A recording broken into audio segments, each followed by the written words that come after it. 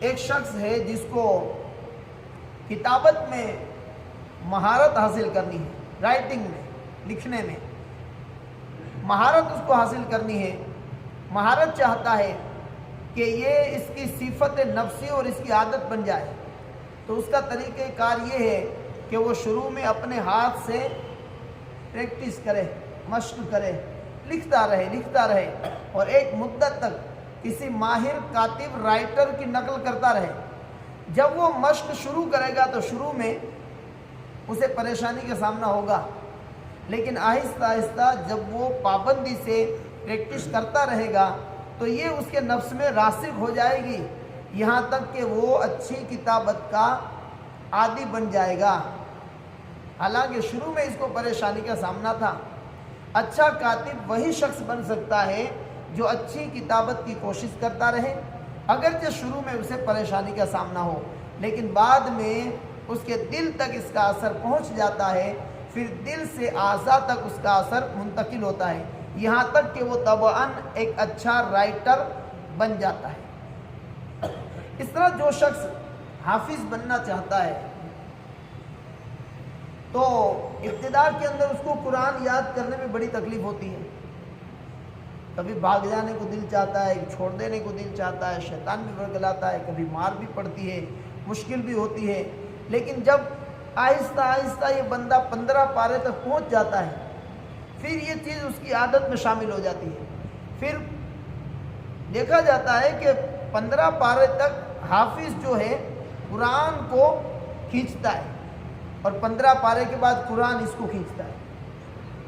یوں وہ ایک دن حافظ بن جاتا ہے۔ اس طرح جو آدمی عالم فقیہ بننا چاہتا ہے تو اس کا طریقہ یہ ہے کہ وہ فقہاء کرام کے افعال کی پیروی کرے، مسائل میں تکرار کریں، یہاں تک کہ فقہ اس کے دل کے اندر اتر جائے، تب جا کر وہ فقیہ ہوگا۔ اسی طرح جو آدمی سخی بننا چاہے، جو پارسا بننا چاہے، جو بردبار بننا چاہے، جو عاجزی کرنے والا بننا چاہتا ہے تو اسے چاہیے کہ ان اخلاق کو اپنانے والے لوگوں کی پیروی کرے، اگرچہ شروع میں اسے پریشانی کا سامنا ہوگا لیکن بعد میں آہستہ آہستہ یہ اخلاق اس کی طبیعت کا حصہ بن جائیں گے۔ اس کے علاوہ دوسرا کوئی راستہ نہیں ہے اس اخلاق کو اختیار کرنے کا۔ جس طرح علم دین حاصل کرنے والا طالب علم ایک روز چھٹی کرنے کی وجہ سے عالم بننے سے محروم نہیں ہو سکتا، اور نہ وہ ایک دن تکرار سے عالم کے رتبے تک پہنچ جاتا ہے۔ ایک دن اگر وہ تکرار کر لے تو عالم نہیں بن جاتا ہے، ایک دن اگر وہ چھٹی کر لے تو عالم بننے سے محروم نہیں رہ جاتا ہے کہ فقیہ۔ اسی طرح نفس جو ہے، نفس کے تزکیے اور کمال نیز اعمال صالحہ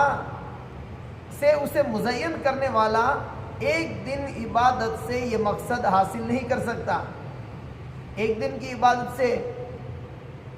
یہ مقصد اس کا تزکیہ نفس نہیں ہو جائے گا، اور نہ ایک دن کے گناہ سے محروم ہو سکتا ہے۔ اس بات کا مطلب یہ ہے کہ ایک کبیرہ گناہ ابدی بدبختی کا سبب نہیں ہے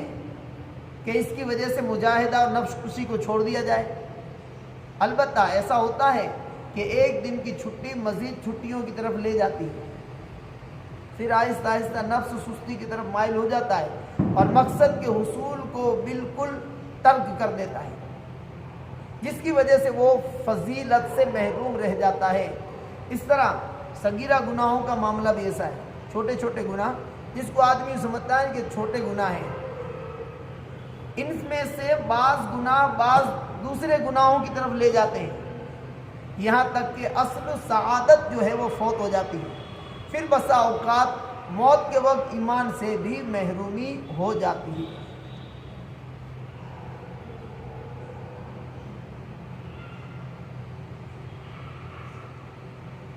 امیر المؤمنین حضرت سیدنا علی المرتضیٰ رضی اللہ تعالیٰ عنہ فرماتے ہیں، ایمان دل میں ایک سفید نقطے کی مانند ہے، جتنا ایمان زیادہ ہوتا ہے